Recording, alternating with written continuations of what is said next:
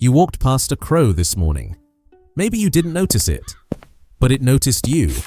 It tracked your face, it filed away your features, and if you ever cross that crow again, it will remember exactly who you are, not what species you are.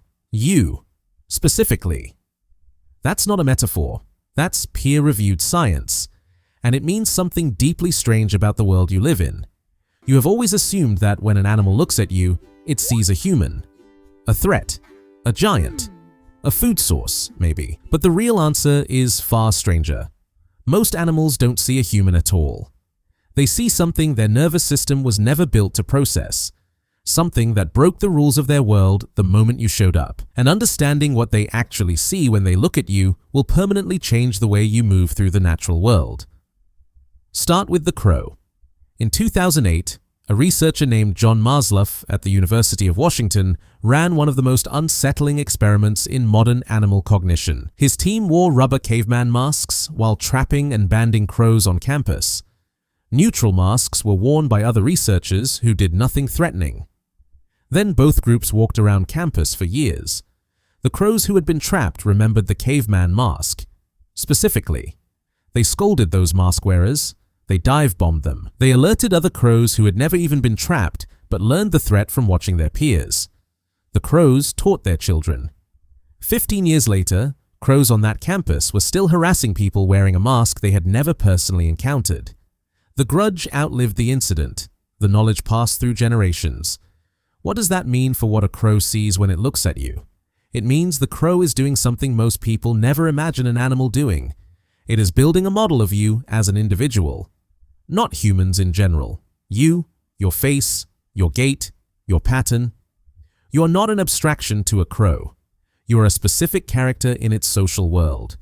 And depending on what you've done near crows before, you might already be a villain in a story being told to birds you've never met. Now take a step back. Most animals that encounter humans are not doing what the crow does. Most animals are running a much simpler calculation, and that calculation produces a result that is deeply humbling. You are an anomaly. For hundreds of millions of years, every predator that has ever existed on Earth has followed certain rules. It moved a certain way. It was a certain size. It smelled a certain way. It made predictable sounds. The prey animals of the world evolved exquisitely sensitive nervous systems precisely calibrated to detect those threats.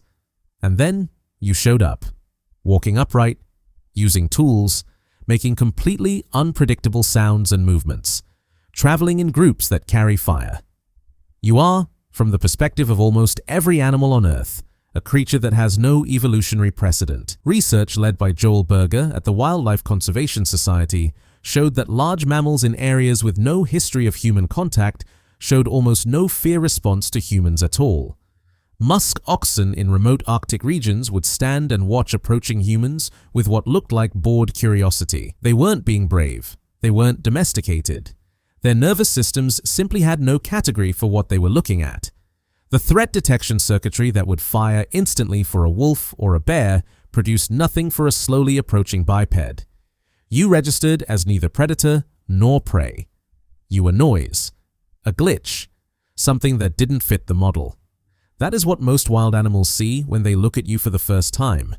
Not a human, a category error. But give it time, give it a few generations, and something else starts to happen. In national parks across Africa, researchers have documented a phenomenon that predator biologists call the landscape of fear. Large predators like lions and leopards begin to dramatically alter their behavior in areas with high human activity. Not because humans are hunting them, not because humans are directly threatening them, but because human presence itself has become a signal that rewires their entire understanding of where it is safe to exist. A study published in the journal Science by Justine Smith and colleagues found that mountain lions in the Santa Cruz Mountains of California showed fear responses to recordings of human voices that were stronger than their responses to recordings of other predators. The sound of a human talking caused mountain lions to flee at twice the rate that a recording of dogs barking did. They had learned something. They had learned it fast, and they had learned it deeply. To a mountain lion operating at the edge of human civilization, you are the most terrifying thing in the landscape. Not because you are physically dangerous to them in the moment, But because your presence predicts something much worse. You predict the collapse of everything familiar. Your voice alone is enough to make an apex predator abandon its kill and run. Let that land for a moment. You are walking around with a body that, to the most sophisticated nervous systems in the animal kingdom, broadcasts a signal more frightening than any other predator that has ever evolved on this planet. Not because of your claws, not because of your speed, because of what you have done, because of what your species represents in the memory of every lineage that has survived contact with you. You are the most successful large predator in the history of life on Earth. The animals know this, not consciously, not in words, but in the deep ancestral calculus of survival. Your silhouette has become the most dangerous shape in the world. And yet, here's the counterintuitive twist. That same terrifying signal can be completely dismantled.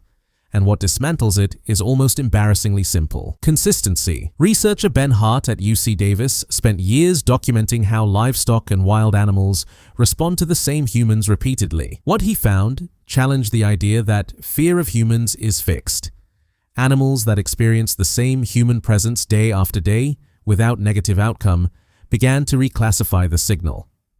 Not just habituate to it, actively reclassify it. The humans stopped registering as threat and began registering as a feature of the landscape, a neutral feature, sometimes even a positive one, like a rock or a particular tree.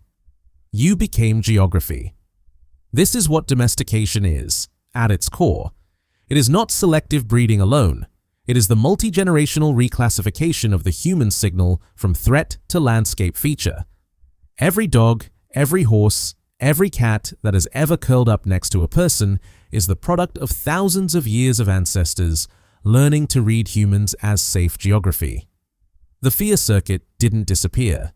It just got redirected away from you. But here is the part that changes everything about how you understand your pets. Your dog is not seeing you as a human.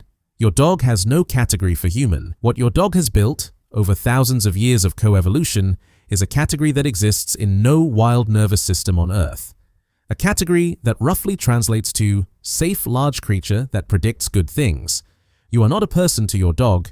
You are a specific sensory signature, a smell, a sound pattern, a shape that moves in predictable, safe ways. The love your dog shows you is not human love. It is something else entirely. Something that evolved specifically in the space between your two species. Something that has no name because it has never existed before in the history of life. And when your dog stares into your eyes, something genuinely remarkable is happening. Research by Takafumi Kikusui at Asabu University in Japan showed that mutual gaze between dogs and their owners triggers an oxytocin release in both species. The same hormone that bonds human mothers to their newborns. The same hormone that creates trust between people. A dog looking into your eyes is not just watching you, it is chemically bonding with you. Using a pathway that evolution never designed for interspecies connection. A pathway that your relationship with dogs literally hijacked, created, recruited for a purpose it was never meant to serve. You look like nothing evolution prepared the animal kingdom for. You are a walking anomaly, a creature whose presence rewrites the fear responses of apex predators, a creature whose consistency can turn threat into landscape, a creature whose relationship with other species created entirely new neurochemical pathways that did not exist before you arrived. This is what animals see when they look at you, not a human, something far older and far stranger, something that broke the rules of every world it entered, and kept going. So the next time a crow watches you from a wire, or a dog looks up at you with what you call love, or a deer freezes at the edge of a field and stares at you with every sensor it has running at full capacity, understand what is actually happening in that moment. An ancient nervous system is running a calculation it was never built for, and the answer it keeps arriving at, across 10,000 species, across millions of years, is always the same. Whatever this thing is. It's different. You were always different. You just never knew how different until you saw yourself through their eyes.